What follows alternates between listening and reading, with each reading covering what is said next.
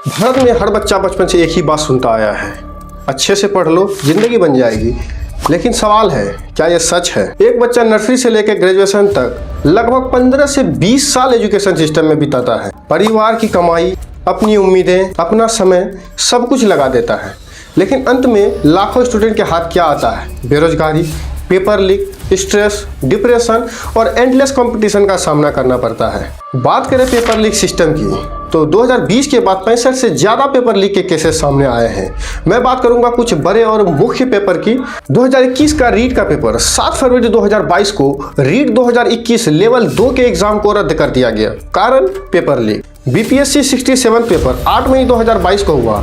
Exam शुरू होने के कुछ समय पहले ही क्वेश्चन पेपर आउट हो गया, जिस कारण एग्जाम रद्द कर दिया गया। यूपी पुलिस कांस्टेबल 2024 17 और 18 फरवरी को पेपर लीक होने के कारण वहां की सरकार ने 24 फरवरी 2024 को एग्जाम कैंसिल कर दिया और फिर री एग्जाम कराने का आदेश दिया। नीट 2024 5 मई 2024 को आयोजित परीक्षा से पहले लीक हुआ, कारण क्वेश्चन पेपर और आंसर की एग्जाम से कुछ घंटे पहले ही लीक कर दिए गए। उस पेपर लीक घटना में 19 छात्रों द्वारा आत्महत्या करने की दुखद घटनाएं दर्ज की गई, जो कि सिस्टम की नाकामयाबी को दर्शाता है। नेट 2024 एग्जाम पेपर चेक करने के दौरान 16 जून 2024 को लीक हुआ। परीक्षा से 2 दिन पहले डार्क नेट जैसे एनक्रिप्टेड प्लेटफॉर्म पर पब्लिश हो गया, जिसके कारण परीक्षा 18 जून 2024 को पूरा होने के ठीक एक दिन बाद 19 जून 2024 को रद्द कर दिया गया। अब बात करें नीट 2026 हाल ही का घटित घटना।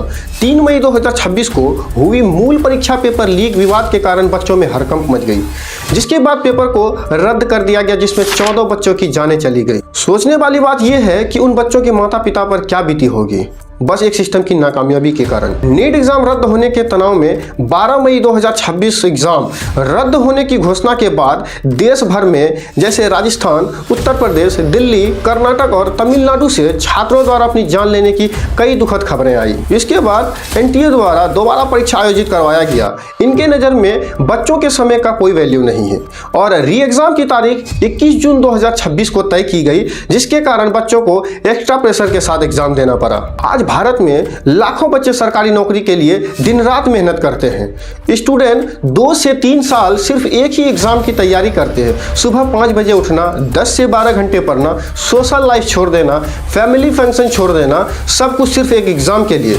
लेकिन एग्जाम से पहले पेपर लीक हो जाता है। सोचो, जिसने 2 साल मेहनत की और जिसने पेपर खरीदे, दोनों एक ही लाइन में खड़े हैं। क्या यह जस्टिस है? बिल्कुल नहीं। यह सिस्टम की सबसे बड़ी फेलियर है और ट्रांसपेरेंसी की कमी है। जबकि सिस्टम को एग्जाम प्रोसेस साफ और फेयर कराना चाहिए, क्वेश्चन पेपर सिक्योर होना चाहिए, सिलेक्शन प्रोसेस क्लियर होना, लेकिन रियलिटी में स्टूडेंट को ऐसा कुछ भी क्लियर नहीं मिलता।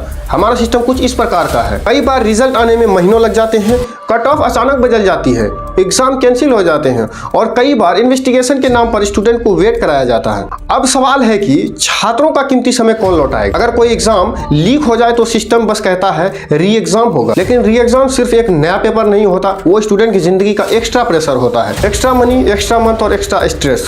अब बात करते हैं रोड लर्निंग की। हमारा एजुकेशन सिस्टम मोस्टली रट्टा पर चलता है। टीचर बोलते हैं लिखो, मार्क्स लाओ, लेकिन कोई ये नहीं सिखाता कि कोई भी चीज को प्रैक्टिकली कैसे सीखें। बिजनेस कैसे स्टार्ट करें, टैक्स क्या होता है, कम्युनिकेशन स्किल कैसे इंप्रूव करें, रियल लाइफ प्रॉब्लम सॉल्व कैसे करें। स्कूल आपको न्यूटन्स लॉ सिखाएगा, लेकिन जिंदगी कैसे चलानी है ये नहीं सिखाएगा। यानी सिस्टम मार्क्स को इंपॉर्टेंस देता है, स्किल को नहीं। और यही सबसे डेंजरस चीज है, क्योंकि कंपनीज आज के समय में डिग्री के साथ साथ स्किल भी मांगती है। आज लाखों स्टूडेंट ग्रेजुएट हो रहे हैं, लेकिन जॉब मार्केट लिमिटेड है। एक डिग्री लेकर स्टूडेंट सोचता है अब लाइफ सेट है, लेकिन रियलिटी कुछ और है। आज के समय में लिमिटेड कंपनीज होंगी जो ग्रेजुएट होने के बाद जॉब ऑफर करती है। इस बीच अगर पेपर लीक हुई तो फिर से कोचिंग, फिर से री एग्जाम, उसके बाद एज लिमिट क्लोज। ये साइकिल खत्म ही नहीं होगी। स्टूडेंट की यूथ सिस्टम कंज्यूम कर लेता है। गरीब परिवार लोन लेकर बच्चों को कोचिंग भेजते हैं और जब उम्र निकल जाती है सिस्टम बोलते हैं better luck next time. Parents sacrifice करते हैं, लेकिन सिस्टम और मार्केट दोनों स्टूडेंट को प्रोडक्ट की तरह यूज करता है। अब सबसे पेनफुल पॉइंट, बच्चों की मेंटल हेल्थ। जब बच्चा फेल होता है तो वो खुद को ब्लेम करता है, लेकिन कई बार फेलियर उसकी मेहनत का नहीं, सिस्टम की खराबी का होता है।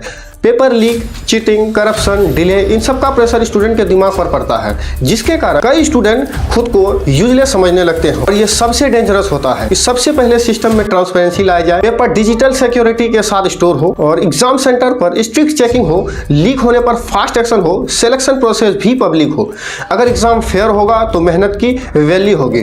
बच्चों को प्रैक्टिकल एजुकेशन की बहुत जरूरी है। स्टूडेंट्स को स्किल सिखाओ, communication, finance, technology, business, problem solving, ये सभी एक स्टूडेंट के लाइफ में अहम रोल निभाता है, ताकि डिग्री अगर फेल भी हो जाए तब भी ये स्किल काम आए। स्टूडेंट्स को सिर्फ जॉब मशीन मत बनाओ। हर बच्चा ऑफिसर नहीं बनेगा, लेकिन हर बच्चा कुछ यूनिक कर सकता है। सिस्टम को अपनी क्रिएटिविटी को नहीं मारना चाहिए। एजुकेशन प्रॉब्लम नहीं है, नॉलेज प्रॉब्लम नहीं है, प्रॉब्लम है corrupt structure, outdated system, unfair competition. Bharat में टैलेंट की कमी नहीं है, कमी है एक फेयर सिस्टम की। और जब तक सिस्टम बदलता नहीं, मेहनत हमेशा स्टूडेंट की रहेगी और खेल हमेशा सिस्टम खेलेगा। जय हिंद।